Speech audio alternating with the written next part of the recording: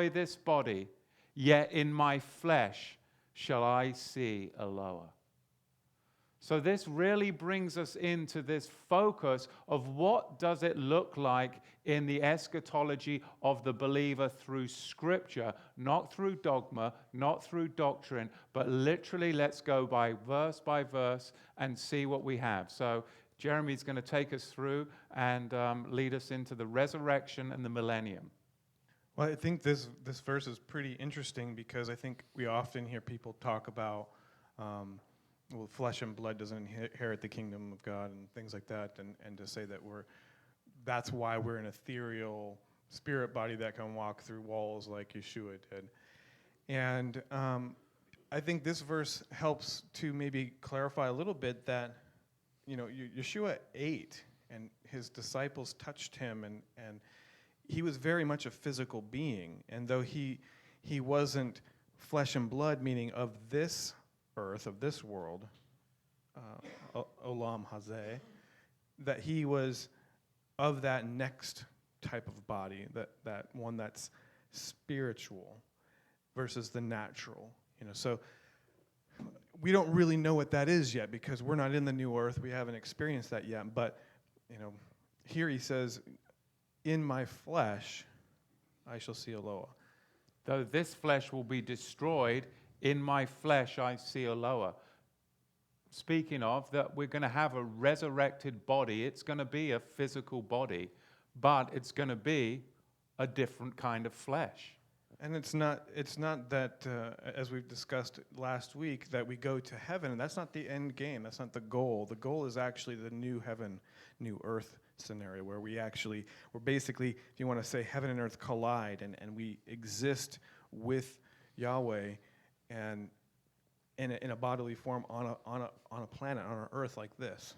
And yeah, there's no death in that world. There's no sickness. There's no homeless, fatherless, etc. So, like we talked about before, that's why we share the gospel. That's why we feed the poor or feed the hungry and give to the poor, because it's a taste of the kingdom to come. And we're not talking about that limited 1,000-year kingdom.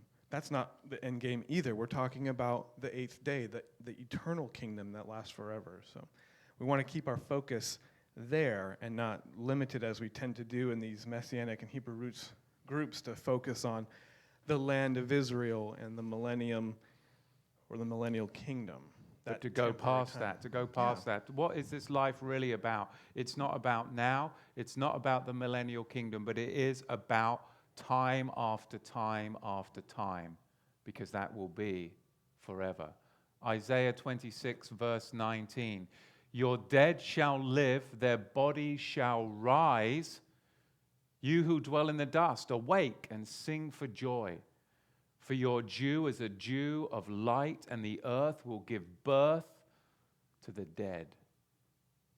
There's no shortage of verses in the Tanakh that talk about the resurrection, which just kind of blows me away that there was even a sect in Judaism that didn't believe in the resurrection. There was a sect that didn't believe in the resurrection. Daniel 12 says, "And many, or the multitude of them that sleep in the dust of the earth shall awake." There's that word sleep again that we talked about last week. "Some to everlasting life, and some to shame and everlasting contempt." And to not get confused and think that somehow contempt means everlasting burning torment. It means dishonored or disgraced. And disgrace, even in English, just means apart from grace or gift, right? Grace is a gift. And that specific gift that we're really always talking about when we're talking about grace is the gift of everlasting life. And Yeshua is the mode in which we receive that. In John chapter 5, verse 28, it says, "Marvel not at this, for the hour is coming in which all, that is all that are in the grave, shall hear his voice." Everybody, that's everybody in the grave, is going to hear the voice of Yahweh and shall come forth. They that have done good unto the resurrection of life, and they that have done evil unto the resurrection of damnation. So this idea that there's this resurrection of the holy believers before the millennium, I mean, right here it's very clear that there's a resurrection of both the wicked and the righteous. When? When they hear the voice of Yahweh at that hour. Yeah, this is the resurrection, and I know we're going to have objections to this because Revelation has, and we even had a question today with regards to Revelation, has all sorts of, really wild stuff to explain, and so, we try to do our best to explain those, but I think the question that we had on Facebook today was, somebody had a question about, well, what about in Revelation where it says there's the souls that are under the altar that are crying out? That sounds pretty conscious to me. Yeah. And the answer to that was go back 4 chapters and read the whole context that this is a vision.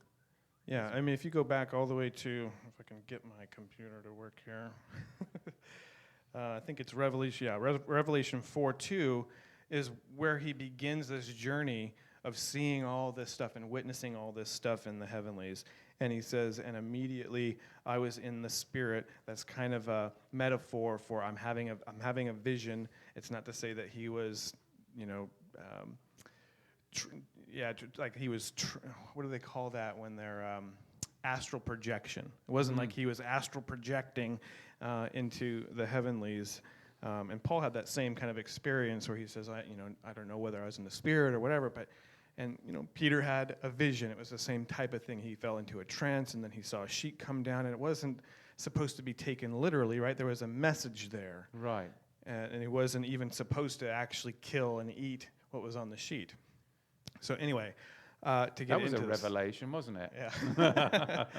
So anyway, it just says here he was in the Spirit, and behold, a throne was set in heaven, and one sat on the throne. So just to I guess hopefully answer that. It may not be adequate. Many of the descriptors, many of these things that we're seeing in the book of Revelation are visionary. They are visionary. So then to try and make it a literal, it really doesn't work when you take in the whole context of what's going on there. Yeah, if you just go from 4 and read on to 9 where the question appears on our Facebook page, there's all sorts of things in there that are crazy that if you take literally, which we obviously don't, I don't know that anybody expects a literal beast to rise out of the earth or the ocean. That's, I mean, maybe some people do. I don't know. Maybe the Titans come back or something. Yeah. So, but it's very metaphorical, and I hesitate to camp dogmatically on a doctrine based on one verse that's taking place in a vision or something that has lots of other metaphorical pieces. And that's something that I've really appreciate with our conversation that we've been having over, it's been several years with Brother Jeremy here, is the big picture is not to get caught up and make a doctrine out of a verse. And which many people do. They find this one verse, and then, I mean, that's putting all of your eggs in one basket. Really, it's much better to take the whole volume of Scripture, weigh and balance it, and then build your understanding upon the whole counsel of Elohim, rather than getting locked in dogmatically based upon a verse. And we're going to address one of those key verses today that our whole doctrine is built off on this one verse, and we'll get to that. But before, let's have a look at Hosea chapter 13. It says, I will ransom them from the power of the grave, not hell or anywhere, heaven or anywhere else, but I will redeem them from death. And so this is Hebrew parallelism at work here. The grave is synonymous with death.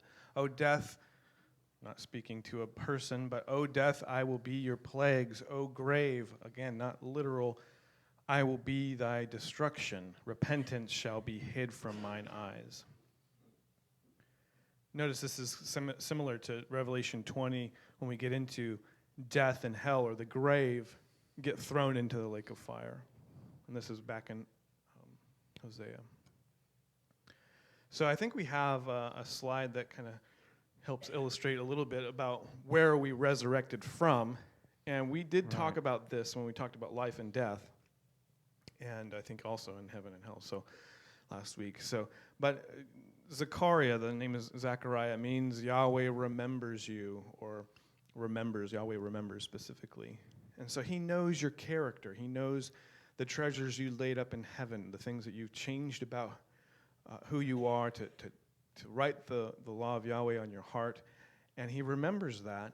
And that's when he takes the dust, I'm assuming here this is the dust of the new earth, and mixes it with his spirit, that you become again a living soul. That's how it works.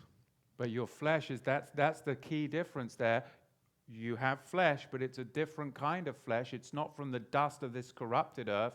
He is now taking the dust from the new heavens and the new earth.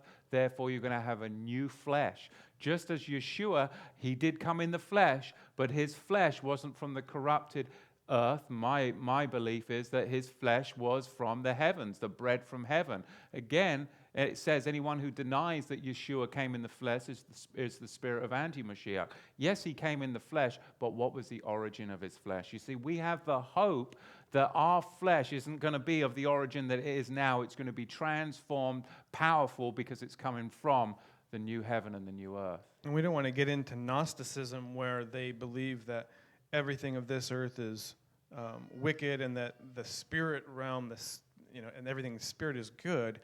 We don't want to get. We're telling you that there's something unique about how we're created. That we are a soul. We're not spirit beings trapped in a flesh body. We're something unique from that. And yet, at the resurrection, Yahweh knows who you are specifically. So it doesn't matter that it's His Spirit that animates this dust of the earth, and that basically means that you were nothing of the two ingredients to begin with. It's all within His power that the resurrection has everything in you.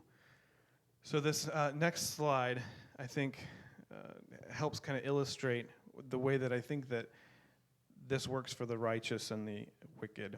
And hopefully, is this up on the screen? Yeah. Okay, good. I want you to be able to see this. Yeah, so the top shows the life of somebody who has come to repentance, come to Yeshua.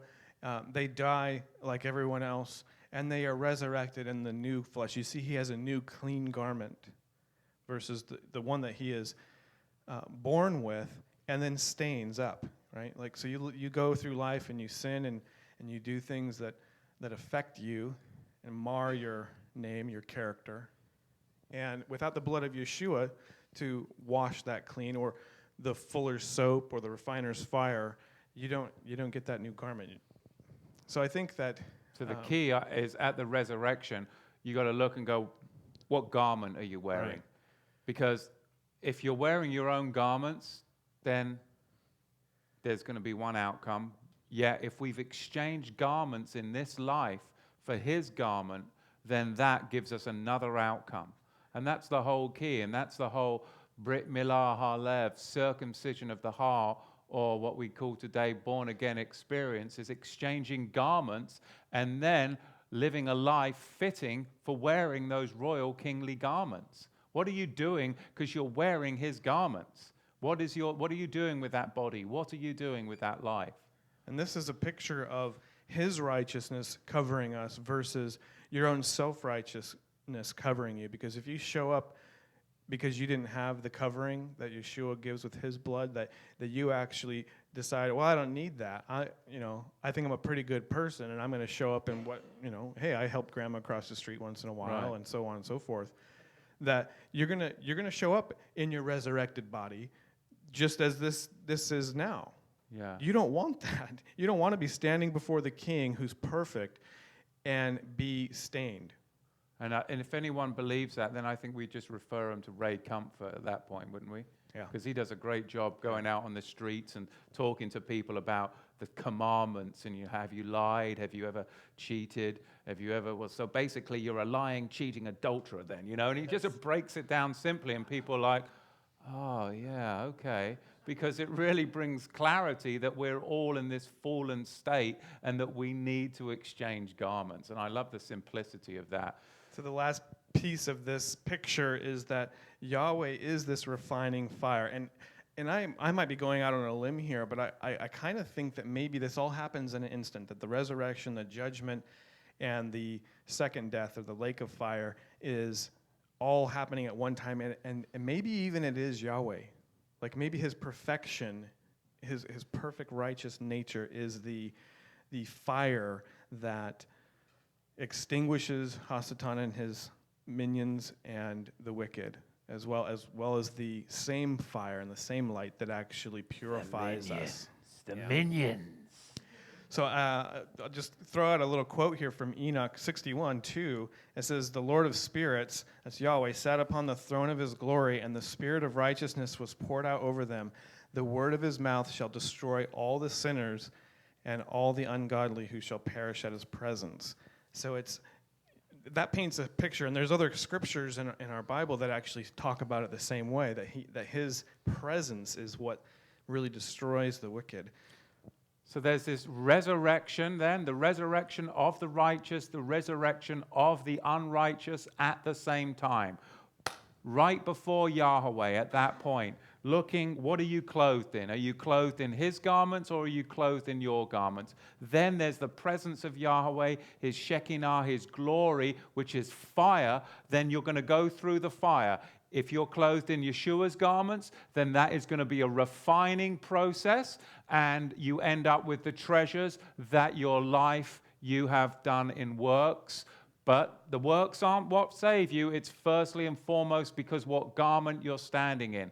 If you're there standing in your own garments, then depending on how evil and wicked you are, depends how long your tear is. The longer your tear is, the longer you're going to burn. And you're going to burn, and you're going to burn. But ultimately, you're going to turn to ashes. And it says in the scriptures that the wicked, will turn to ashes, and then the righteous will walk over the ashes. So this is an amazing picture, and we've got that right there. So it's Malachi 4:1. Malachi 4:1. For behold, the day cometh that shall burn as an oven, and all the proud, yea, all they that do wickedly shall be stubble. They're going to be tares, they're going to be stubble. And the day that cometh shall burn them up, saith Yahweh of hosts, that in shall leave them neither root nor branch. And the third verse, and ye shall tread down the wicked, for they shall be ashes under the soles of your feet in the day that I shall do this, saith Yahweh of hosts. That's a powerful verse. That's a powerful verse. Truly. You literally could be standing right there next to Leon Trotsky. Seriously.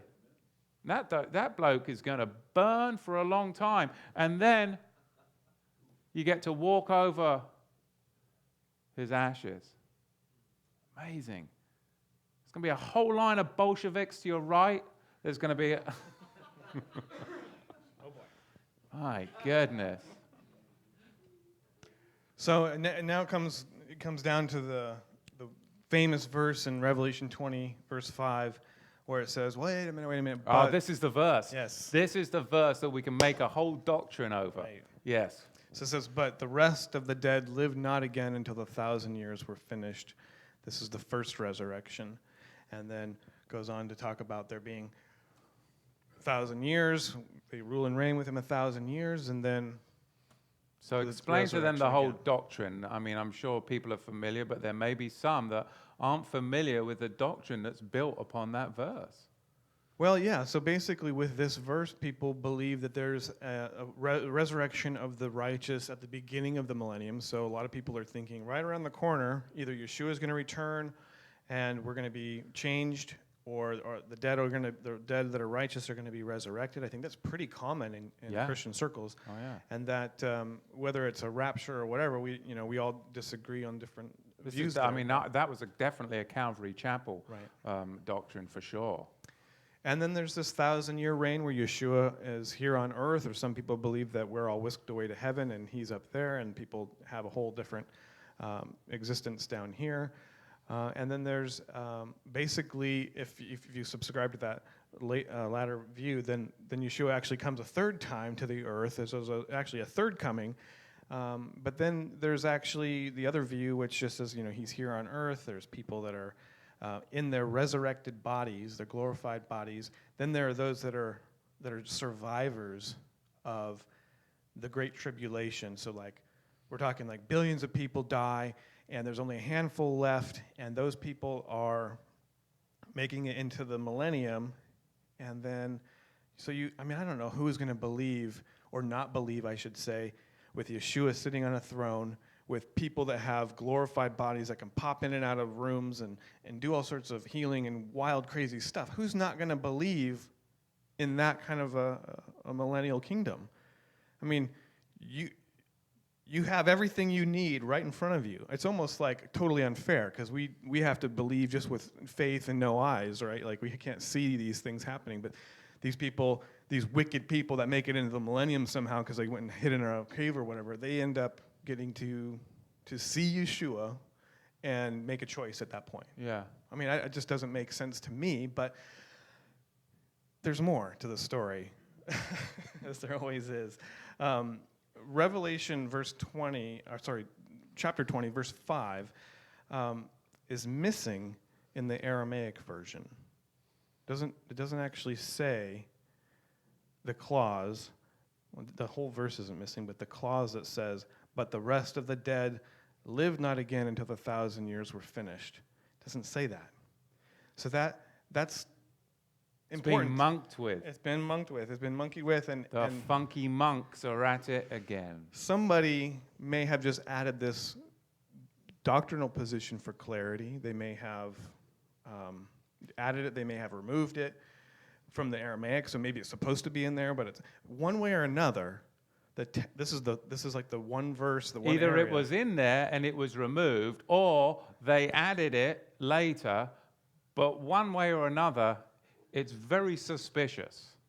So to build a whole doctrine upon a obviously suspicious text would not be a good theory. I think we actually have a picture of the Aramaic where the verse... Question. Isn't the Aramaic an older text than the manuscripts we have in Greek? There is an argument that says that the Peshitta, the Aramaic text, is older.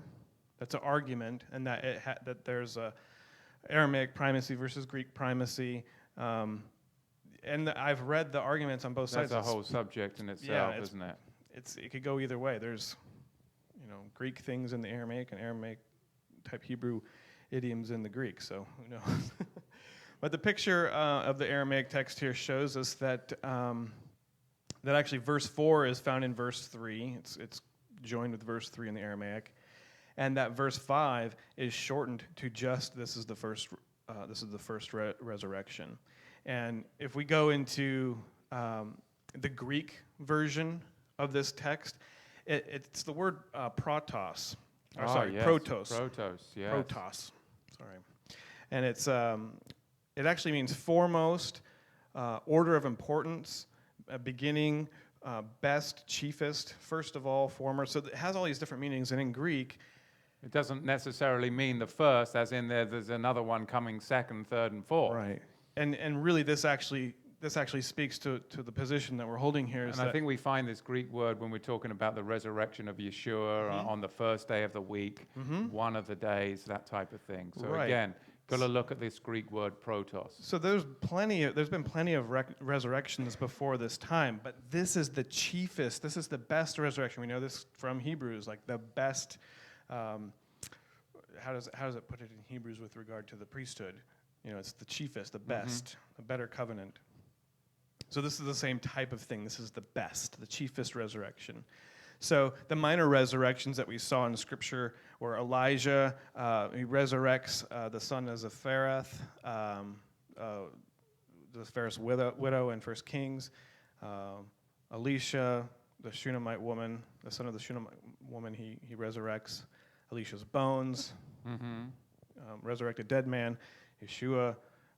We can go through all of these, but basically a lot of resurrections have happened, and they're not the resurrection. It's not the chiefest resurrection that gives us that new glorified body. It's just they were brought back to life and they lived on their life as a normal human being in their original sinful flesh, with their sinful nature intact, and then they died, and that's the end of the story. So this is huge. This changed it for me when I really investigated this parable. The parable of the tares of the field in Matthew 13:24. Do you want to read this? Or? Yeah, another parable put he forth unto them, saying, the kingdom of heaven is likened unto a man which sowed good seed in his field. But while men slept, his enemy came and sowed tares among the wheat. And he went his way, but when the blade was sprung up and brought forth fruit, then appeared the tares also. So the servants of the householder came and said unto him, Sir, didst thou not sow good seed in thy field? From whence then hath it tares? He said unto them, An enemy hath done this. The servants said unto him, Do you want us to go and gather them up? But he said, Nay, lest while ye gather up the tares, ye root also up the wheat with them. Let them both grow together until the harvest. In the time of the harvest I will say to the reapers, Gather ye together first the tares, bind them in bundles to burn them, but gather the wheat into my barn. There you have that one resurrection, that one gathering, and you see the ultimate result is being burnt, ashes, or going into the house of Yahweh. I don't know about everybody else, but I'm going to buy Matthew a King James Bible because I just love to hear him read it. That was great. That is the King Jimmy right there, Yeah. isn't it? I love It is the restored name, King Jimmy. Beautiful. Oh, really? Yeah, true name. Yeah. Nice. So I don't know if anybody needed the explanation of the tares of the field, but the tares grow together with the wheat until the harvest, right? Can anybody guess what the harvest is? Obviously, that's the resurrection. So doesn't that contradict what we just read in Revelation 20 if we're to interpret it that way, or that it's supposed to be written that way? Yes. It's totally different. Yes. The tares are gathered first, actually, which is completely contrary to the view that the righteous are in the first resurrection and resurrected first, and then there's 1,000 years, and then the wicked are resurrected. It actually says the tares are gathered first, and then the tares are burned, and the wheat is taken into the barn. And for me, that's Yeshua's own words telling us, the timeline. So Yeshua is the householder. The field is the world. He explains all this in the verses following. The good seed is the children of the kingdom. The tares are the children of the wicked one. The enemy is Hasatan. The harvest is the end of the world. That should also be a big game changer for people. When is the resurrection? Is it before the millennium? Or is it at the end of the world? It's at the end of the world. That's what Yeshua said. He said it in parables, so we're interpreting it here, but we're also taking his interpretation, which is a few verses later, and the reapers are the angels. So what am I saying? What are you saying? What are you talking about? I'm saying there's not two resurrections separated by 1,000 years. I'm saying there's a spiritual resurrection of the house of Joseph, or a revival, if you will. That there's one resurrection for the just and the unjust at the end of the world. I think that should be fair. And we are not in our spiritual heavenly glorified bodies during the 1,000-year kingdom, those of us that enter into it. And that's the big thing, is that the third note there, is that we are not in our spiritual heavenly bodies during the 1,000-year millennial kingdom. So is there any other place where I can find this besides the parable of the tares or Revelation? Yeah, I think so. I think that Ezekiel 37 gives us a picture of this view of a revival or a spiritual resurrection of the house of Joseph. It says in Ezekiel 37, dry bones come together and come to life. These bones are the whole house of Israel.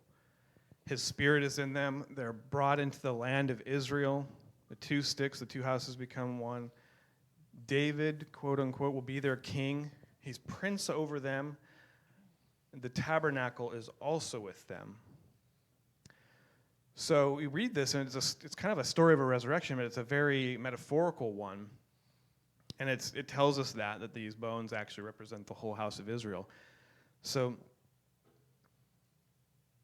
the way that I look at Revelation, the way I look at prophecy in general with Ezekiel and Isaiah is, I don't know, probably a bit different than most people. And this was just something that occurred to me as I was reading these things over the years. There's at least a three-part revelation to these things. Obviously here Ezekiel is talking about the return from exile, from Babylon. Right, so he's got an audience that he's speaking to. We can't ignore that context. But then there's also another layer of revelation there, and that's that return from the greater exile, right? This one that we're talking about, that we're in. Presently. That the 12 tribes come together into the land, right? So it's a return from the greater exile or the nations, which is what, a lot of Messianics and Hebrew roots folks are into. They're all about, the greater exodus and coming out of the nations and returning to the land. Great, but that's not the end of it.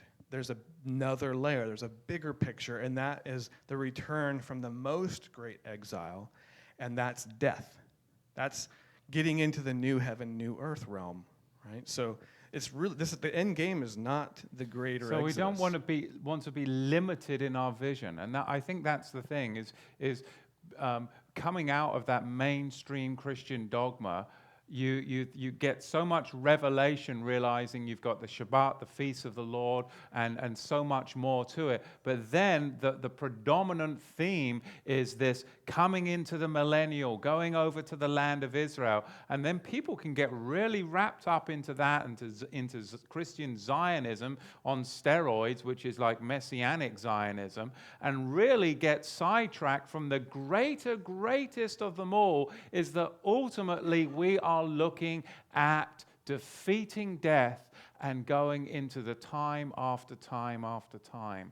And that's really the goal. Don't stop short of that, but enter into his fullness. And that's the power of the resurrected life, I truly believe. If you pull out all that eschatology stuff, that's really where the Christian church lies their hope in, the resurrection, and they just forget all the details of the doctrines. They believe in the resurrection, and that's where their hope is. And we've kind of forgotten that coming into Torah and all of that. And so, it's important to remember, even those roots. But to give another name to that three-part pattern, there's that immediate context, there's the global 7,000-year plan, and then there's the eternal truth. So when you're reading all of these different prophecies, take a look at it from at least those three layers or patterns.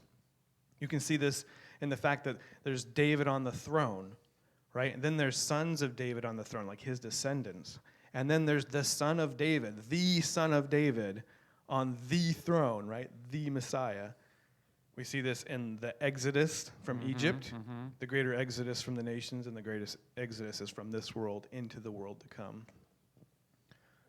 So hopefully that establishes that pattern. And so that's how I interpret verses regarding any kind of prophecy. So you're seeing that thematic going throughout the scripture. Look at Hosea chapter 6, verse 2, where it's written, after 2 days, and a day is as 1,000 years, after 2 days he will revive us.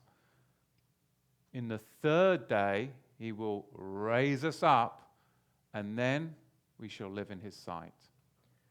So if we have a picture up on the screen there, we can see that there's some sort of a revival even in Hosea here that says in 2 days. And why do I have the freedom to say, hey, we're going to start with, Yeshua on the cross? Like, how is that fair?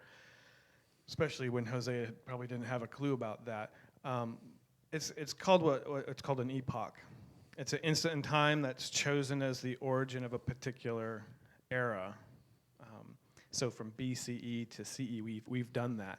We've taken a special event that's a life changer, game changer for the world, and we start counting time at that point. And that's just happened throughout time. Some people say actually that's the origin of the switch from Tishri being month 1 to Nisan being month 1, is that, yes, the earth was created in Tishri, but when Moses came out of Egypt with the children of Israel, that's a new epoch. It's a new epoch. It's a new era. And so they start counting time differently. That's just one view. So we have the world that's past. We've got the world that is, which is, I believe, a 7,000-year period.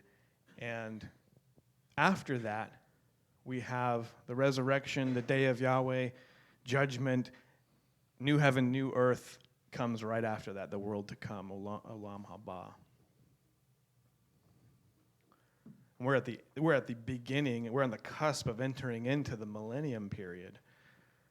So we're on the cusp of entering that seventh day. And that really should bring us forefront globally and see the changes that are happening, and just the danger and the importance of being aware. I mean, what's going on in Syria right now, engaging with the Russians in Iran? This literally, people, are talking about this lightly, and some people aren't even aware of it. We are literally this far away from nuclear World War III, which is going to be a game changer, which could usher in a whole new paradigm. And Yahweh is ultimately the one in control, is he not? Not man. I mean, he will use their purposes for his great purpose. But we are really in a time where it can change just like that. Just like that, at a press of a button, or with somebody making some ridiculous policy because of their political, financial, and religious agenda. Because we know we live in a religious, political, and financial world that is being corrupted by the Illuminati globalists. And we're right there. So that's another subject that I may address here shortly.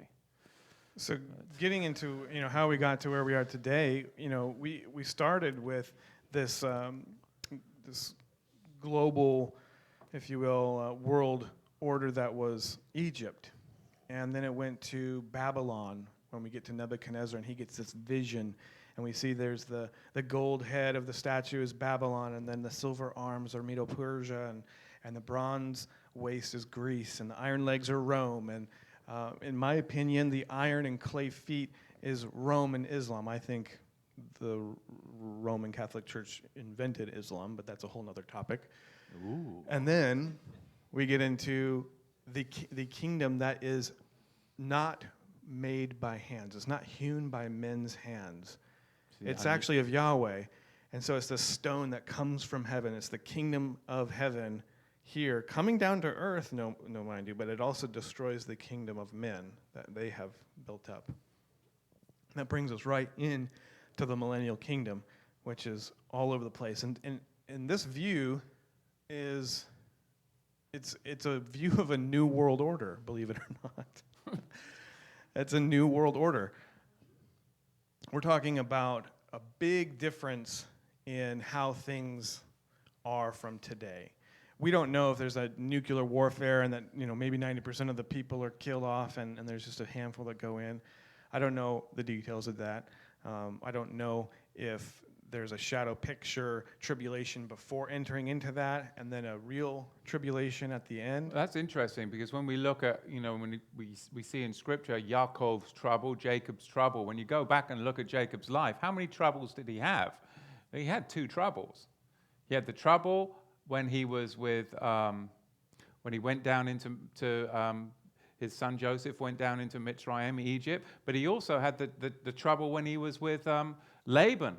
He had 2 troubles, you see. So realistically, we can have like this minor trouble and a major trouble, because ultimately the major trouble was when Jacob was mourning for the loss of his beloved son, Joseph. And how appropriate is that for, the resurrection, the spiritual resurrection of the house of Joseph here, right before the entering in of the millennium. I mean, it just all fits together so perfectly. And really what we're doing here is we're trying to take this big picture view of this puzzle with a bunch of pieces, all these verses and places that we can pick out our doctrines. And I think I've got a idea of what the picture looks like. Although I've got some verses over here that I don't really know where they fit in the puzzle, I can kind of see, this is turning out to look like something. And that's what we're trying to paint here today. So there's a big difference between the millennium and the new earth and what things we find in there that we kind of mistake one for the other. I mean, people get so caught up in the millennium thinking that's the end game that they replace one scenario with another, like having glorified bodies or whatever. So there's a big difference. In the millennium, there's still death. There's still sin. Anybody expect Yeshua to come back and there's still to be sin and death? I mean, that doesn't make sense to me. There's a prince, but I thought we had a King Yeshua. Is he going to come back? Yeah, and many people will try and say, the prince is Yeshua. Be like, well, hang on a minute. If the prince is Yeshua, that's got huge ramifications because this prince is actually going and making atonement. And I thought that Yeshua was the atonement. So the prince, we've got a major problem if the prince is Yeshua. We've got a and couple of Yeshua isn't the details prince. about He's that the one. Malak. He's the king, the Melech, excuse me. Yeah. So it's this world. We have the world to come. So the millennium is still this world where we still have fossil fuels and we still need power and food and things like that. We have this body, and that's a matter of contention for those that believe that we have the glorified body. But one big difference in the millennium is the devil is bound for that 1,000 years. Can you imagine this world with the devil just taken out of the way? I mean, that's going to be a game changer, right? So, and that along with the other big detail is that there's a greater Israel with the 12 tribes of Israel together in the greater bordered land, which is huge. They have the wealth of the world.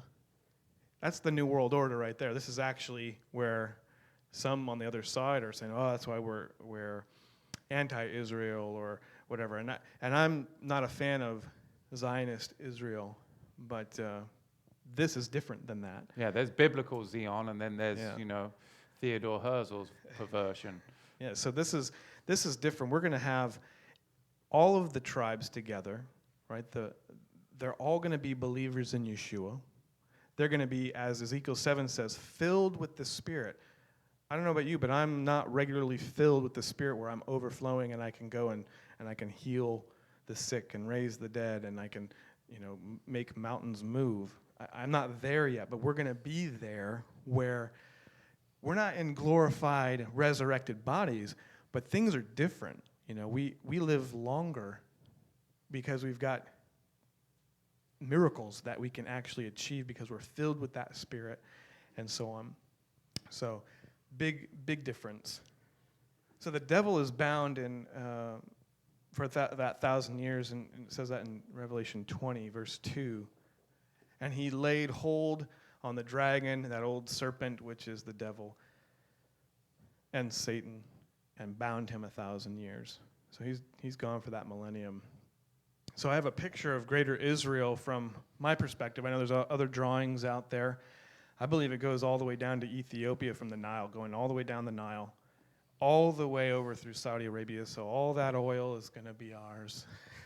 Those Iraqi dinars that people have been buying, they're finally going to Yeah. come to fruition. Because Finally I'm gonna wondering pay whether off. that's going to be the wallpaper for my next bathroom. But So we've got 12 tribes gathered. We've got the increased borders. We've got the wealth of this world, which is currently based in fossil fuels. And Torah government, temple service, restored calendar. Can you imagine actually being able to do it the right way and not be guessing on these festivals? And relative peace with our neighbors. It's actually a legislated peace. It's not one that's because all evil has been wiped away from the earth, right? We still see that there is sin in this millennial kingdom. in Isaiah 65, verse 23, they shall not labor in vain, nor bring forth for trouble, for they are the seed of the blessed of Yahweh, and their offspring with them. People are born in the millennium. People are born. People die. People die. There's still clean and unclean. Ezekiel 44:23, and they shall teach my people the difference between the kadosh, holy, and the profane, and cause them to discern between the unclean and the clean. Here sin still exists. In Zechariah 14:18 it says, and if the family of Egypt go not up and come not, that have no rain, there shall be the plague, wherewith Yahweh will smite the heathen that come not up to keep the Feast of Tabernacles. So people are going to be out there saying, no thanks. I mean, you've got Yeshua king on the throne in Jerusalem, and you're saying, yeah, no thanks. You saw him coming as like lightning in the heavens and from the east to the west, and you aren't going to come to the Feast of Tabernacles. So this makes a lot more sense that this is a natural world where we're there in our natural flesh, and literally not this mysterious, spiritualized kingdom that you end up with mainstream Christian dogma. So it really plays into the responsibility that we have as the human race to be a part and to be engaged in this world that we live in. Not disengaged because we think we're going to go on the rapture train. No, we're to be engaged with what's going on geopolitically, spiritually, and religious. We can't just disengage from it all because we think we're going to escape out of here. That's insanity. Because that is why I think the world is in the state it is, because so many Christians have abdicated their responsibility based upon this false theology that came up, how long ago was that with Margaret, wasn't it Margaret something or other that came up with the rapture theology? And wasn't it in the Margaret MacDonald, wasn't it 18 something? I mean, it's a pretty recent doctrine, So anyway. They're keeping Shabbat, Isaiah 66, verse 23. Keeping Sukkot in Zechariah 14:16. And again, there's these plagues. There's sin in Zechariah 14. There's plagues? Yeah. I mean, really?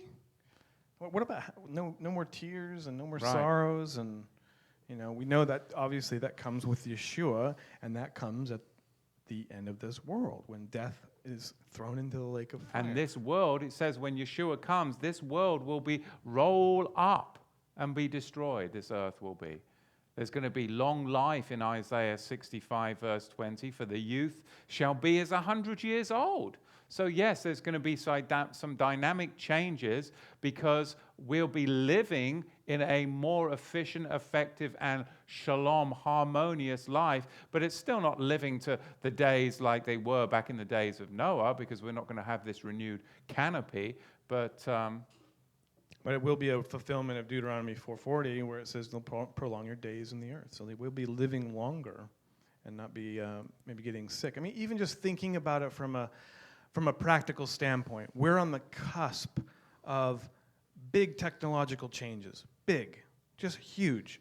Medically, with regard to technology and power.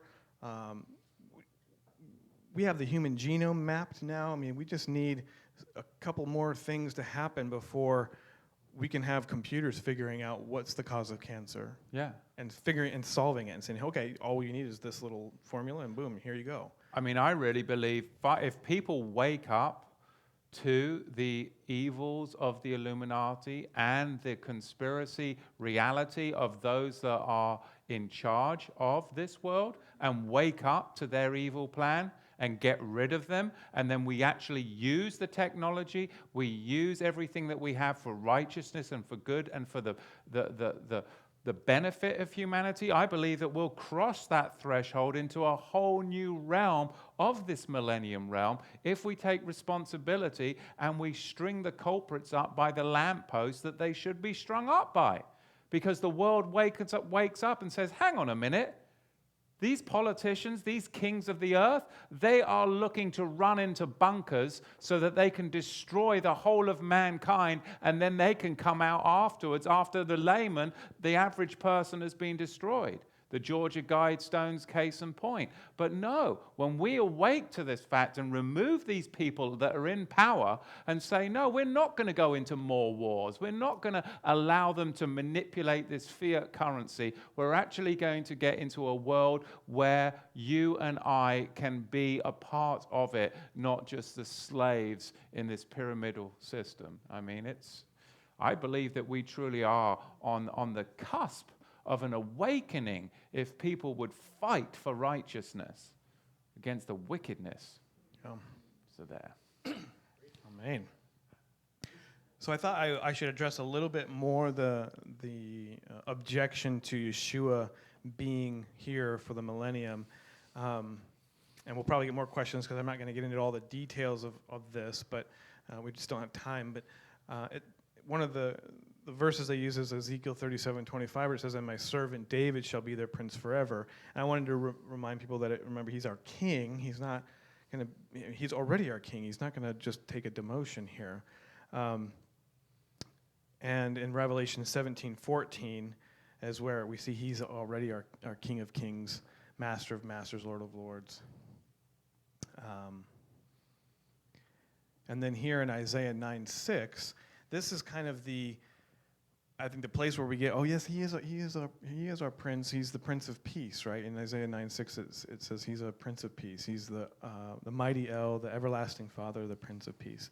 Our Sar Shalom, right? That's the word Sar for prince. But in Ezekiel and every other place, it's a different word.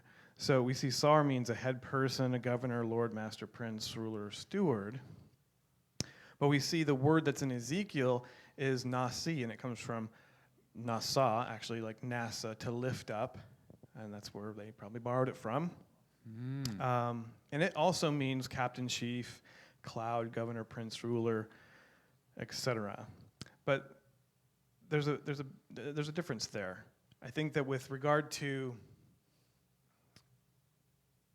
Sar, who's the son of a king, there's nasi, which is lifted up as if by people, like a president or a governor. So the reason why it's translated as such is because there's no such thing as a president or a prime minister in the 1611 King James, nor would there even be in Hebrew. But they have a different concept. There's a word for prince, the son of a king, and there's a word for this other type of ruler that's not the same thing. So that's important.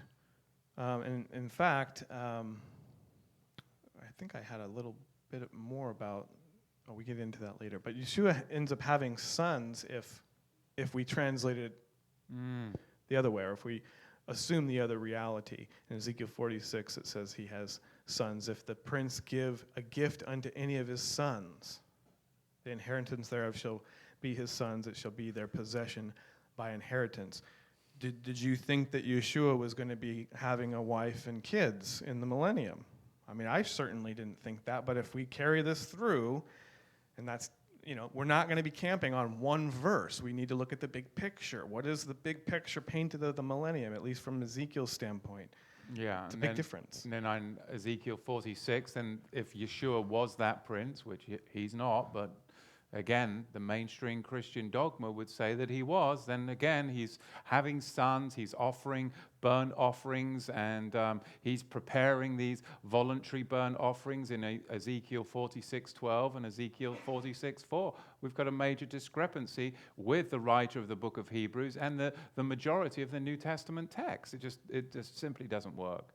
So we have a mistaken identity, and I think part of it is it comes from Zechariah 3:8, where we say, I will bring forth my servant, the branch. And, in my King James, it's in all caps. It's all, it's right. I love those all caps, don't you? Telling you who it is with capitalization of letters. But again, this is different. It's the word samak, a sprout, literally or figuratively, branch, bud, a thing that which grew upon or spring. Isaiah 11:1, it says, and there shall come forth a rod out of the stem of Jesse, and a branch shall grow out of his roots, right? So there we go, okay, yeah, that's Yeshua too. That's the connection, right, between the two. But that's the word netzer, in the sense of greenness, striking color, a shoot, figuratively a branch, or a descendant. But compare the two. They're totally different roots, right? They don't mean anywhere near the same thing. One, they both are translated as branch, right? But one actually has a root in the word to sprout, and that's tzamak, the one that's used in Zechariah 3:8. And then the netzer is actually the root to guard, right? So to protect, monument, observe, watcher. I mean, that sounds more like Yeshua. So yeah, netzer, that's Yeshua, Nazarene, et cetera, right? But that one in Zechariah 3:8, not so much. It's talking more about just a actual sprout or descendant. So we got legislated peace. We've got Torah going out to the nations. That's kind of the end of the stuff that we have on the millennium, and the rest of it is just kind of my speculation on future technology. I mean, whether everything that we believe, the Bible is just a big hoax and we've been taken for a ride and none of that happened, we're on the cusp of some big technological changes. So even if there isn't this spiritual resurrection of the house of Jacob, then we're talking about some crazy stuff that's going to happen anyway. So I thought maybe we'd have some fun and just tell me about that. talk about it. So right now, I don't know if anybody's paying attention to this technology stuff, but it fascinates me. Tesla Motors is coming out with a new battery that you can stick in your home, and actually you can store and it'll maintain a charge for a long time. We've got...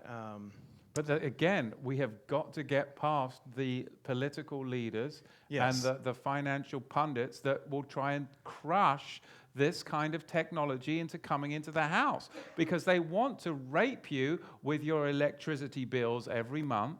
And they want to get you on all of the taxes and for the water and for all of these things. So we've got to change the system to be, realistically, come on, we're all driving around in these motor cars with the same engine that was developed 100 years ago. You know that they've got better technology than that. Again, we've got to change the paradigm of who these oppressors are at the top so that we can be released all of this technology that is readily available but is not being allowed for humanity to use because they want to keep the people down. And I think we just need to get that awakening, that enlightening of the people to say, no, enough is enough. This is a broken system. It doesn't work, and we're not going to be hoodwinked anymore.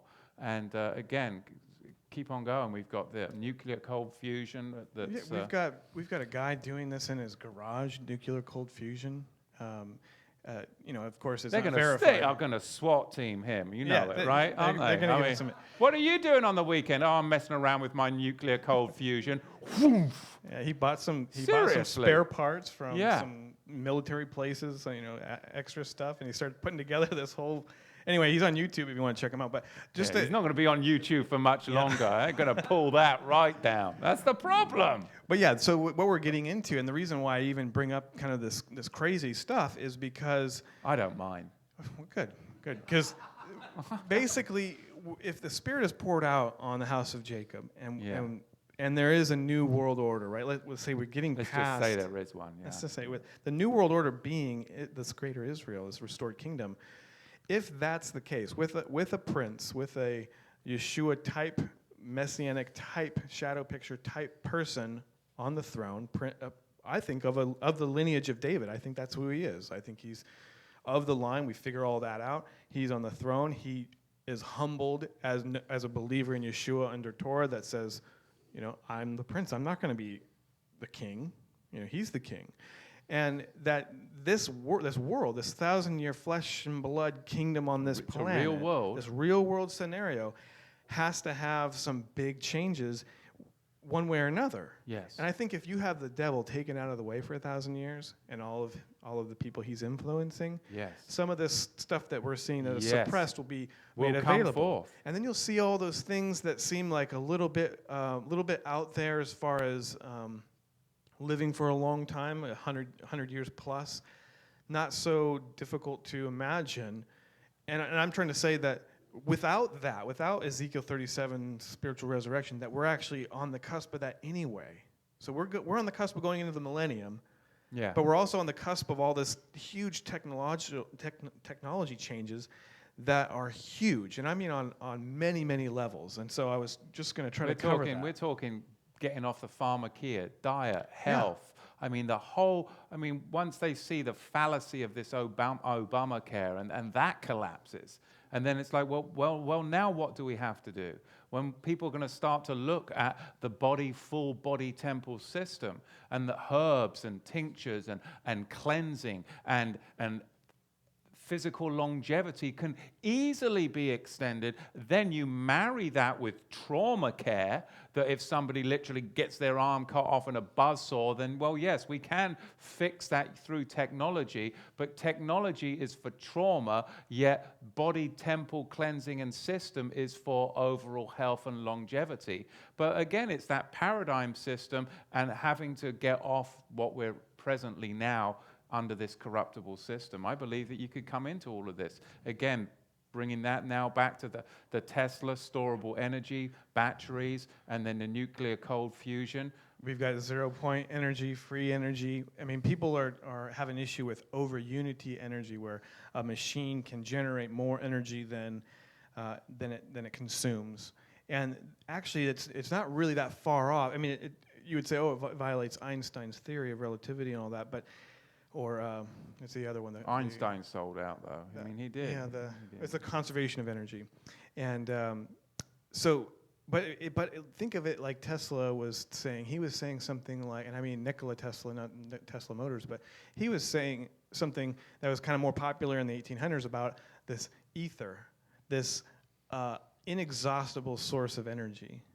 And that if we could tap into that, if you could create a device that used, a couple of volts, and it was able to spin around and then pull in or tap into that unlimited source of energy that's out there, then you can have an over-unity machine. You can have something that produces 800% energy and only consuming a little bit. And so actually there was this one guy who was, he's in Georgia. He actually produced something like this by using frequency and a certain frequency inside of a water hammer. He's now in Gitmo, but he was actually in Georgia. He actually sold this device to the local fire department, but what it was a barrel with a cylinder inside, and the cylinder had these holes drilled at a certain angle and certain distance apart, and then when he put just a little bit of energy to spin that drum inside the barrel and pumped water in there, he created a water hammer. So water would go in to the holes, and with the centrifugal force would get hammered out, and he could actually create instant steam just with the littlest bit of turning that drum at the right frequency. And so he created instant hot water. Well, that's from the heat standpoint, the amount of heat that he was generating with the amount of electricity he was actually using to get it was like 800%. So huge. And this is just it's hot water. It's nothing huge as far as like nuclear, cold fusion. But that could change your household bill. Big time, yeah. Several $100s a month, right there. Heating water is one of our big Yeah. ones. So information storage, that's going through the roof. I mean, our guy Corey in the back just got a little thumb drive that's a terabyte, if you can believe that, on a little thumb drive. We've got artificial intelligence right around the corner. They say the smartest AI is as smart as a 4-year-old. That's crazy. I've got something similar in my pocket. I've got Siri, the personal assistant. She can do quite a bit already, but they got OK Google. They've got Microsoft's Cortana. Google is working on this big time. They're gobbling up everything. They've got AI companies. They've got robotics companies. They bought up Boston Dynamics, which was like a DARPA project thing, and now they've got these humanoid robot things that can walk on any terrain. They've got a cheetah that can run 60 miles an hour. It's insane. Right? That's the kind of zoo that I want to go to. I went to the zoo with my kids the other week, and I was just like, this is so boring. Now get me to a zoo where they've got a robotic cheetah running 60 miles. Now that's the kind of zoo I want to go to. We've got speech synthesis, right? So Siri there's a documentary out there about the lady who did the voice for Siri. They capture all these little bits of her, the syllables that she uses, and they are able to put them together properly to make words, any word based on the text that's available. Wow. So you take that, you combine it with what Microsoft has done with Skype. They've taken speech recognition, and Siri has that too, but they've taken speech recognition, pumped it through a translator like Babylon.com or whatever, or Babylon.com, or Google Translate. They translate it from English to whatever, and then do speech synthesis in real time. You can do this today. Right now, you can go get Skype, download it, and you can speak to somebody in Germany by speaking English. It will translate it and speak it to them in German. Wow. And back and forth. Speaking and people are doing tongues. Business that way these days. Right, look at that. It's amazing. There are some translation issues, but they're working that out. And but it's pretty good. Yeah. It's pretty good. And it gets better all the time. Like with Siri, with Google, with all these things, they have algorithms that are constantly crunching and constantly searching the web. And Google has a thing that checks out images, right? And now it can identify objects, not just faces now, but it can actually identify multiple objects within the image. Oh, that's a candlestick, that's a computer, that's a tree. And it can label them. So that's built right in. That's AI right there. Put that into video, put that into the 360 3D video that's now available on YouTube. It's VR, right? Now we're getting virtual reality. Yeah. We're getting Amazing. into the Matrix, right? One way or another, we're going into a new existence, whether it's the bad guys that obtain transhumanism, which they have a goal of 2045 of getting us to immortality Yeah. without 2040, Yahweh. Yeah. 2045. Question in the back there. So I asked my question correctly. Are you promoting is this being good for the body of Messiah? Or because if Brad Scott was in here, you'd say this would be eating of the tree of knowledge, eating the tree of good and bad, a mixture of evil. So I want to see what you guys are saying here. The reality is that these things are really innocuous. They don't have any evil or good nature to them. They're just technology. It's men who decide to do evil or good with it. So it's just like money. It's not money that's evil. It's the love of money that's the root of all evil. So I think, in my personal opinion, the internet was invented by the devil. And I'm a web developer, so I should tell you something. But I really do think that things like Facebook, they manufacture fake relationships with people. You feel like you're getting attention. You feel like you've got communication with people, but really it's about face-to-face, right? Panaim. Mm-hmm. So I have my opinions, but that doesn't... What about the fact that I've heard so often that so much of this knowledge has been channeled from the evil spirits to give us this sci-fi type of knowledge, even as far back as von, von Braun for rocketry and UFO, not UFO, but the space, what's that called, that flies, flying saucers and all. I've read and heard this many times that it's been, that this kind of knowledge has been channeled by human beings receiving from the evil angels.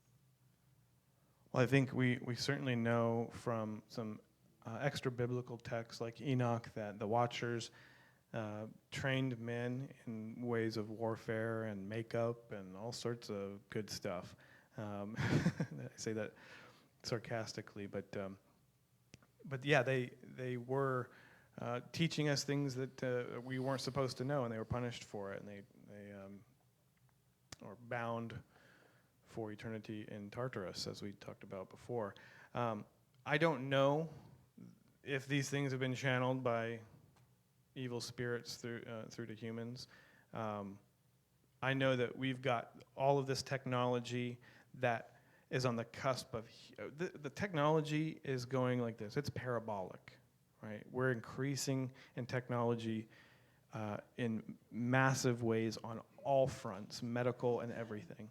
I'm trying to go over some of those here today because regardless of whether it's good or bad, if what we believe is false, this is what's coming, right? And even if what we believe is true and it all comes to fruition here, then something has to be done with this stuff. And some of it is going to be good and some of it's going to be bad. But remember, there's still evil people on this earth. The devil's bound, but I think at the end of the story, the reason why Yeshua comes at the end of the millennium and gives us this opportunity with a prince and a restored kingdom and all that is to say you can't blame the devil anymore. You inherently have a sinful nature, and you've got to deal with that. You can't blame him anymore, and it's going to show you after 1,000 years that you're still susceptible to corruption, that through your own devices you're going to try to obtain immortality. That's why I was talking about transhumanism. Is we're on the cusp of some major things that we need to be aware of that I believe are going to be running in parallel to this millennial kingdom. So we'll be here, and we'll be doing our thing in the greater Israel, but there's going to be people not coming up for Sukkot, and they're going to be cloning human beings, and they're going to be creating virtual reality environments, and people are going to be plugging in, and so there's going to be believers that are going to fall for that trap, and then they're going to get plugged into some matrix type of thing. We're on the cusp of real matrix type stuff here. 2045.com will tell you They are proud to say, we're on the cusp of being able to transfer your consciousness into a computer and you can live forever without Yahweh. That's scary. Really scary. What we're A lot going of to do is questions. we're going to, do we have some more to go through so then we can answer some questions? We or can should hit all of these as we go or whatever. I Okay, mean, we're just okay. talking about Yeah. some crazy stuff that's on the cusp Yeah. here. So, Jeremy, how do you see the transition taking place from the old world order to the new world order and the bad guy putting away for 1,000 years? Because obviously, this will all work when it's in the hands of a good guy. When do you see, or how do you see that transition taking place to set up the new government? Question is, how do I see the transition happening to the new government? I don't know the details.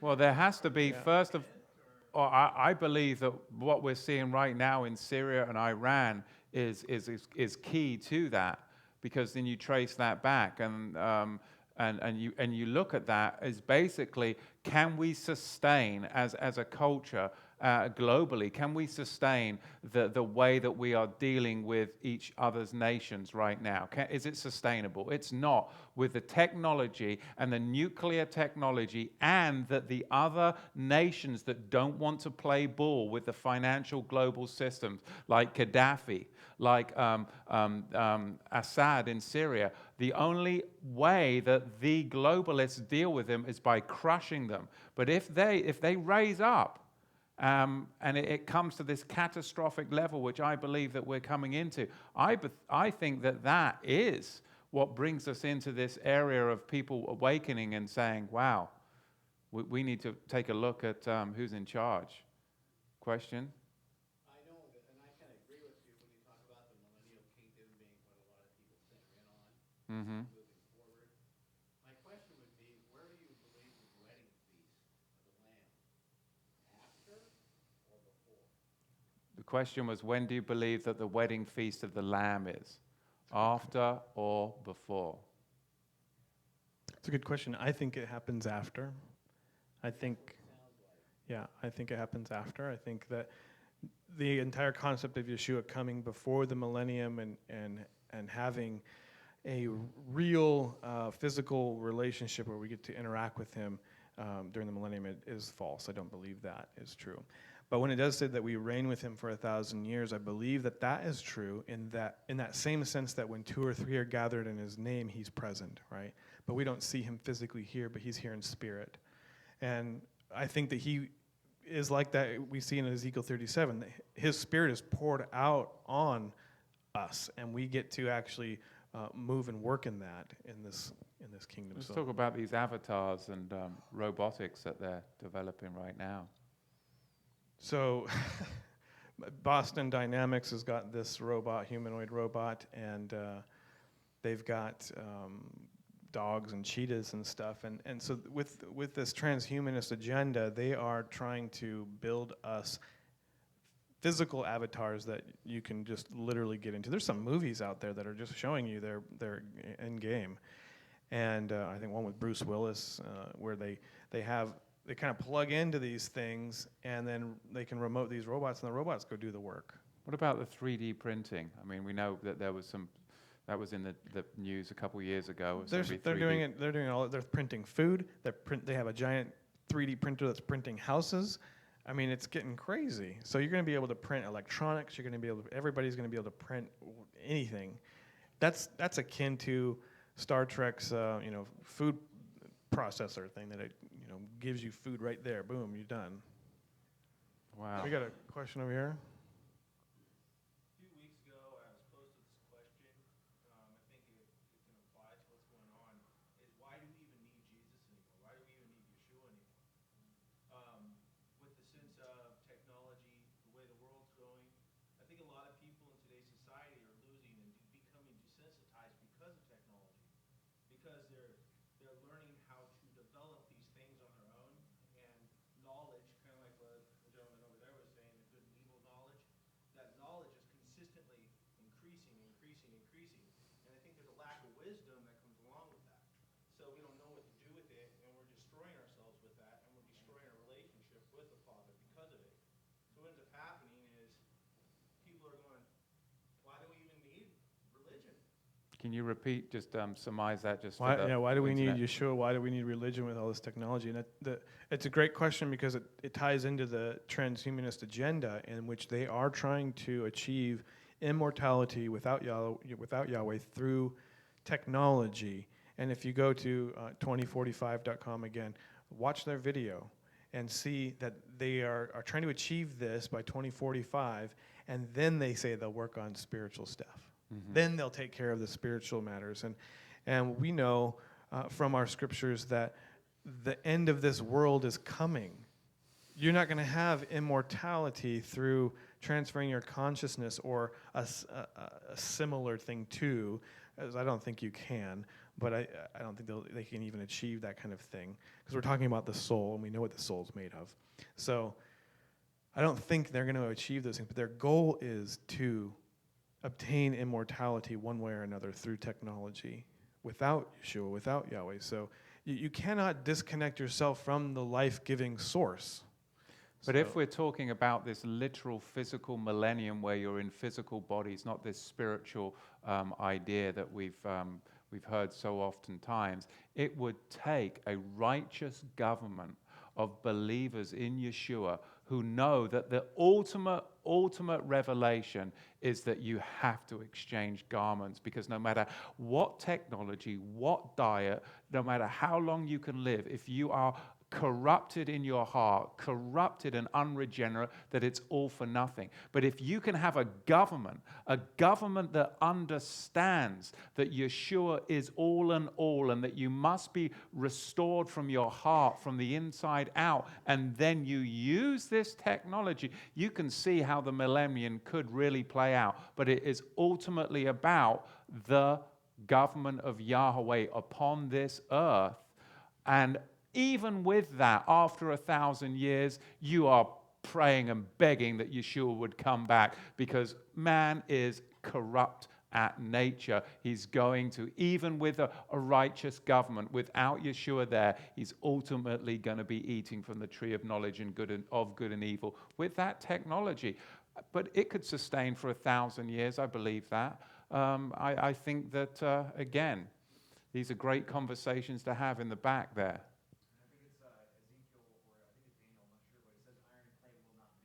Iron and clay will not mix. Yeah, I think that's a mission from him, kind of warning us, that this tech and flesh will not mix, it will not cleave. So it's an admonishment from him that even if we try to do it on our own, we can't. We'll say, and that's ultimately the last kingdom too, iron and clay mixed, being technology and flesh mixed together being the last kingdom. And I think that he's showing us that it won't work. And I can't remember exactly where it is, but it says iron and clay will not mix. Let's look at the new heaven and the new earth. Wow, do we want to get into that? Yes. It's already 6:30. Go long and go strong. Golly. Revelation 21, verse 1 and 2, it says, "And I saw a new heaven and a new earth. For the first heaven and the first earth were passed away, and there was no more sea. And I, Yochanan, John, saw the Kadosh, holy city, a new Jerusalem, coming down from Yahweh out of heaven, prepared as a bride adorned for her husband." So I guess in Revelation 21:16, it says, "And the city lies 4 square, and the length is as large as its breadth, and measures the city with, and he measured the city with the reed, 12,000 furlongs. The length and breadth of and the height of it are equal." A lot of people think it's a cube. I think it's a pyramid. I know there's debate over that. But there's I think it's a pyramid too. And then you look at all of the pyramid, again, you look at truth and perversion. You look at these pyramidal structures. You look on the back of, obviously, of the currency. You look at the New World Order. You go to the Louvre in Paris, and you see all of this mystical design of pyramid shapes all over. But what is the truth of that? The truth is that Yahweh is bringing in that new kingdom, that new Jerusalem. Yeah, I think there's truth that's hidden in these things, and I think that when it says in Psalm 118, the stone which the builders refused has become the headstone of the corner. That's what it says in the King James. That it's referring to that he is that capstone or cornerstone. But he's coming from above, and so if he's coming from above, his idea of a pyramid is a little bit different than ours, right? Ours always seemed to be in our world, one guy at the top and all the guys getting crushed down below, right? And with Yeshua, his is going to be upside down from our perspective, because really we're upside down. We're upside down. And his is more of a servant leadership role, right? Where he is at the bottom, and on him rests everything. So all the weight of everything at the base of the pyramid rests on him, and he serves all them. That's actually the true measure of a king, is actually a servant to all of his people, and he's the greatest example of that. So I think that's why the pyramid is the shape. I think it's a copycat. Which is exactly what Isaiah says, that everything is going to be upon his shoulders. And that's ultimately that pyramid system that we can't even sustain. Yet you see that in some of this New World Order art that they're banging up everywhere. You know, they bang up this art that costs your taxpayers hundreds of thousands of dollars, and you're like, what is that? And it's like a lump of metal somebody drug out of the trash, you know. And you start to see these, I mean, really, it's all over the place, you know. And you pay, came out of your taxes, and you're like, you're trying to survive each and every month, and boom, bang, they bang up some new sculptor, and you're like, well, how much did that cost, you know? I love the solar trash compactors. You know, you take your children to the park, and you're like, $60,000 there so I can throw away my trash. I mean, really, who paid for that? And where are all of these places? I love it downtown. You know, if you're in the rough neighborhoods, you've got to try and cross the street across some old derelict crosswalk. But if you're downtown by the state buildings, oh no, you've got brand new crosswalks with solar power, lights, and everything to protect them crossing. But it's never in the impoverished neighborhoods. You see, so who are these people serving? Because you won't go into the impoverished neighborhoods and find marble buildings, but you will where the government workers work. So they really are serving themselves. Go into an impoverished neighborhood and see if you can find an electric plug-in for your car. Well, no, because you can't afford those cars, but they're all down by the government workers. And I don't mean to be anti-government, but I'm pro the government of Yeshua, because this has become so corrupted, so insane, that it makes me sick. It truly does, just to see it, and yet to speak to the people as if you're just like these little slaves and little servants. You know, it really is a topsy-turvy world. Revelation 21:3, and I heard a great voice out of the Shamaim saying, behold, the sukkah, the tabernacle of Yahweh is with man, and he will dwell with them, and they shall be his people, and Yahweh himself, he's going to be with them, and he's going to be their Elohim. That's a picture of the new earth. I mean, we know that's when he is with us, is when the new earth and the new Jerusalem are here.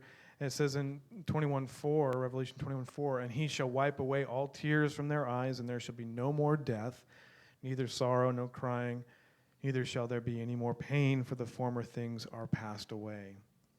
And I believe that everything that we see in this 7,000-year plan is just a shadow picture to tell us something about that next time. We don't really know much about the new heaven and new earth. We only get the shadow pictures that are painted for us today. So I think it actually is twofold. I think you've got the 6,000-year picture, which has some shadow pictures of the millennium, and then the millennium is again a shadow picture, an imperfect picture of the new heaven, new earth.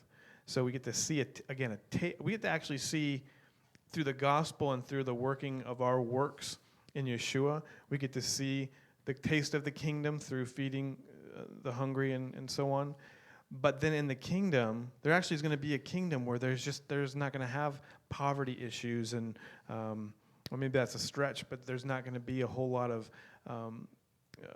suffering going on there as much as the rest of the world. And again, then there's going to be the obliteration of all of that, and then we get to see the new heaven, new earth, where none of that is the case. We have no issues, no homeless, no poor, no hungry, no fatherless, no sick, etc. So Do we have any questions, any comments? I think we'll call that good for today, and we'll close up with some questions. Yeah.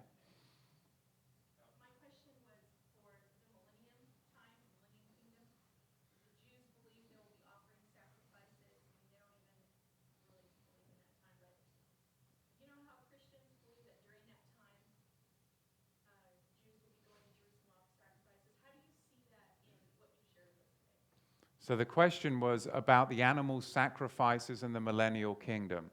Well, I'm going to really be getting into that in a whole lot deeper during Sukkot.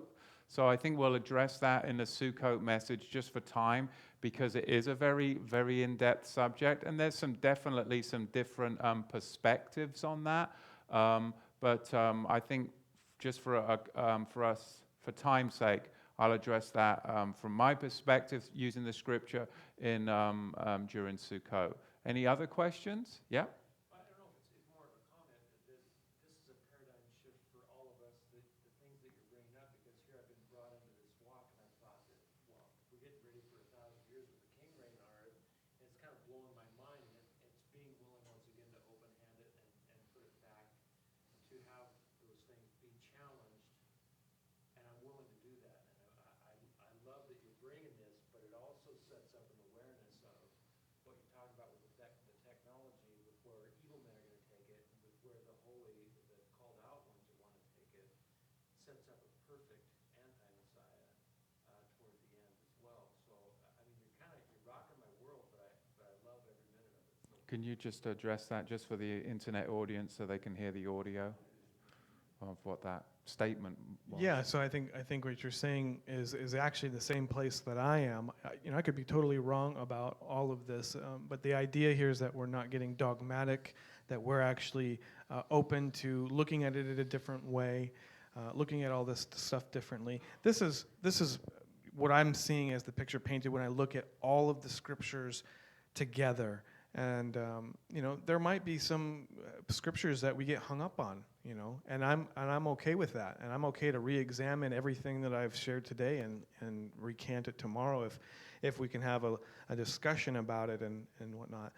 But I think to camp on one verse or two verses in light of the big picture, I think is a mistake, and I'm hoping that I'm just at the very least giving people another option to consider, and then my real admonishment in light of this teaching, in light of what's being brought forth here, is to go back to our first charge that Yahweh gave us, and that we are to be active. He said that mankind was given dominion, that we are to go forth, unless you don't believe that. But that's what Yahweh said, that he put us here so that we would have dominion, not that we would abdicate responsibility, let these tyrants rule over us so that we could get on this rapture train. Because the mainstream Christian dogma over the past 150 years has really done an injustice to humanity.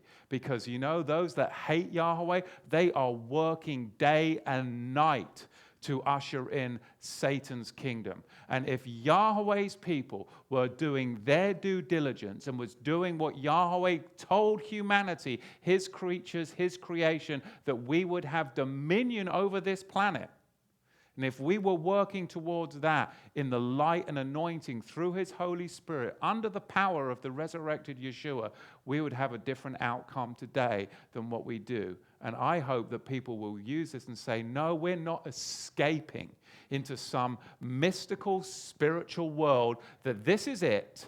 We've got to get to work. We've got to pull together. We've got to love Yahweh. We've got to keep his commandments, and we've got to be a light to the nations. Stop abdicating responsibility, being a wet noodle, and wasting your days doing things that people in the world are serving up before you. It's insanity. How will you spend your life today as a believer? I think you nailed it, because basically what we've done is we've taken the rapture scenario and we've just exchanged it for another scenario that's very similar. It's escapism of some kind. Oh, yeah. And I'm trying to present a view that what if you've got to go through the fire? What if you've got to go through the whole thing? and there is no escaping, and then we all see judgment at the same time. That seems just to me. Yes. So I think you nailed it. I think we need to be called to action here, and to not just be thinking that tomorrow we could be taken away. I would investigate those scriptures that even suggest that he could come any moment. I think it's painting a picture that we know a time period in which he comes. We don't know the exact moment, but we know, I think, a season and even a millennium away season. So if you had to think about your life today like that, would it change how you acted today if you didn't think you were going to get resurrected tomorrow, or that he was going to come tomorrow? Would it change what you do today? Which is different. I mean, sometimes we say, well, he's coming tomorrow, so we got to get busy. And I'm saying, well, we become complacent in that. And so maybe if we can change up our thought about that, we can get busy. Do we have any questions online? Yeah. First question is, Revelation 27 to 10, Satan will be released to deceive the nations. How does this work out with this new idea of 1,000 years you were talking about?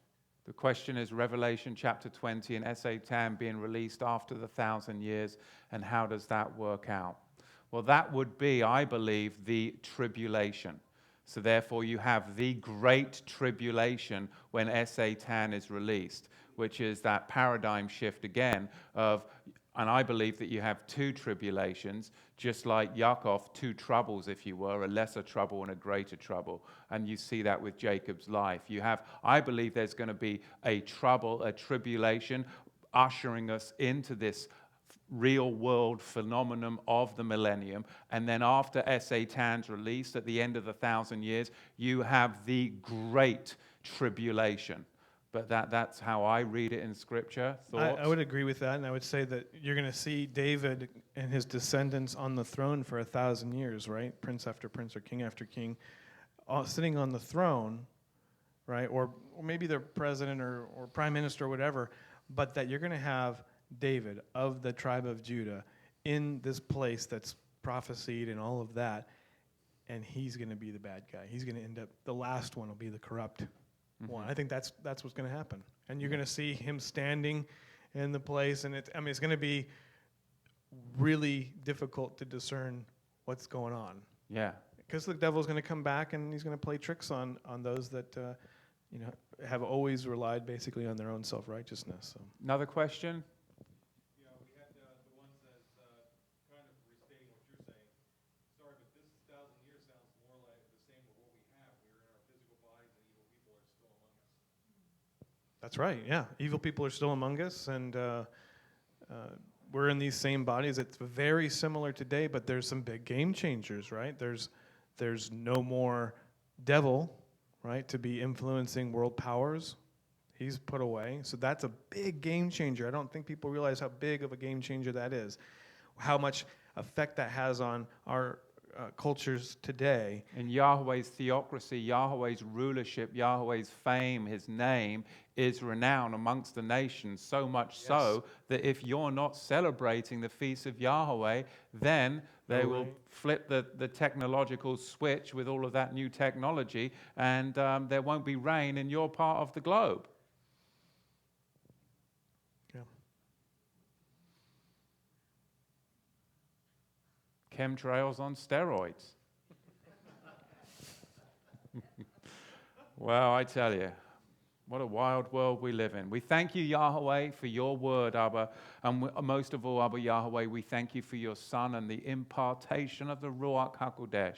Abba, as we examine and we question and we seek, Abba, we ask, Abba, that you would lead us and that you would guide us. We thank you, Abba, for bringing us to a place in our lives where we can talk about your scriptures, Abba, in enlightening, encouraging ways, Father, that so many years ago, Father, it used to be so dogmatic. And Abba, I praise you, Abba, for the knowingness and the security that we have in your Son, Yeshua. And I pray, Abba, your blessings upon all the people and the whole house of Israel. And everybody said, Amen. Amen.